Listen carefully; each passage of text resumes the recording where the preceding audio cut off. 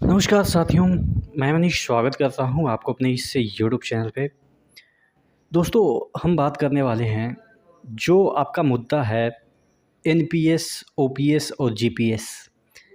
हाल ही फ़िलहाल में आपकी मीटिंग रखी गई थी गवर्नमेंट ऑफ इंडिया के वित्त सचिव के साथ, एम्प्लॉय के यूनियन के जो हेड हैं गोपाल सर, उनका मीटिंग रहा और भी जो यूनियन के हेड रहे वो भी पार्टिसिपेट किए। तो अब तक का क्या सिनेरियो निकल के सामने आया? देखिए, उसमें ये जो मूल बातें मैं आपको बता दूं कि उसमें क्या डिस्कस हुआ कि एनपीएस को ही, जैसा कि जो समिति थी 1 साल पहले गठित की गई थी इस मैटर को रिज़ॉल्व करने के लिए कि कैसे जो एजिटेशन है, जो गुस्सा है एम्प्लॉय में, उसको ख़त्म करनी है।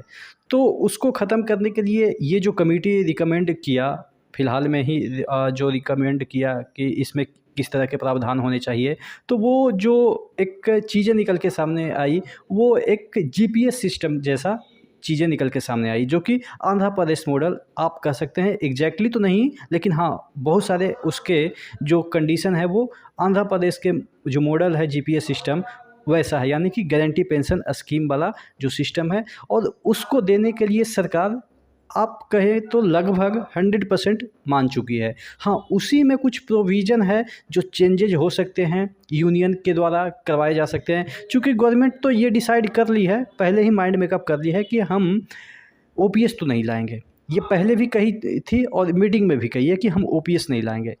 कुछ यूनियन जो हैं वो कह रहे हैं कि बिना ओपीएस के हम मीटिंग में पार्टिसिपेट ही नहीं करेंगे, और बहिष्कार भी उन्होंने किया।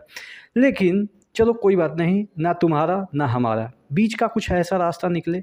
चलो, बीच का भी रास्ता निकला और उसका डिस्कशन होगा संसद भवन में आपके 23 तारीख को। निर्मला सीतारमण जी, मुझे आशा है कि ज़रूर उस पे अपना वक्तव्य रखेंगे, और मुझे लग रहा है कि उसका गठन के भी जो है वो बातें वो रखेंगे ऑन द फ्लोर कि इसका गठन कर दिया गया है, अब आपका एनपीएस की जगह जीपीएस सिस्टम लागू होगा। हाँ, उसके बाद जब लागू होगा उसमें भी बहुत सारी कमियां होगी। जैसे एनपीएस में कमियां रही तो उसको एलिमिनेट करने की बात की जा रही है, लगभग अब एलिमिनेट ही हो जाएगा, ख़त्म ही हो जाएगा। लेकिन जीपीएस में भी ऐसे प्रावधान ना हो जो कि फिर से उस तरह के एजिटेशन पैदा करे, यानी कि फिर से लोगों को आंदोलन करना पड़े, या फिर से आप कह सकते हैं कि उसमें दिक्कतें हो। तो कुछ ऐसे प्रोविज़न हो जिससे कि एम्प्लॉय भी है वो अच्छे से अपने आप को महसूस कर पाए कि ठीक है, अब इससे मेरा भविष्य या बुढ़ापा सुरक्षित है। तो हालाँकि प्रोविज़न तो नहीं बताया गया। हाँ, एक मोटे तौर पे सिर्फ़ ये बताया गया है कि कम से कम 50% जो आपकी लास्ट सैलरी है उसका 50% आपको गारंटी के तौर पे पेंशन मिलेगी, ठीक है? और उसमें डीए ऐड होगी कि नहीं होगी, वो सब प्रोविज़न। क्या 50% से ज़्यादा आपका अमाउंट बन जाता है तो क्या वो आपको सरकार देगी कि नहीं देगी? 50% से नीचे रहने के बाद तो आपको सरकार अपनी तरफ से देगी ही, लेकिन जब ज़्यादा हो जाएगी, सपोज़ 60% बन रही है आपकी पेंशन, तो क्या उसको 10% अपने पास रख लेगी सरकार? तो ये सभी प्रोविज़न डिटेल में पता चलेगा जब आपके ऑन द फ्लोर चीज़ें आएगी, यानी कि निर्मला सीतारमण जी जब इस पे चर्चा करेंगे 23 जुलाई को।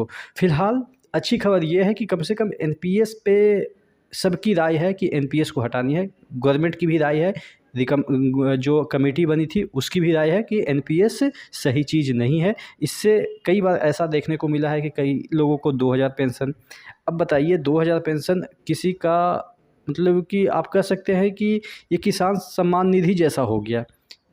एक जॉब कर रहा है, एक बिना जॉब वाला बराबर ही हो गया। तो ऐसी कमियां को दूर करने के लिए ही ये कमेटी गठित की गई थी। हालांकि कमेटी का रिपोर्ट आ गया है और उस पे चर्चा भी हो गई है।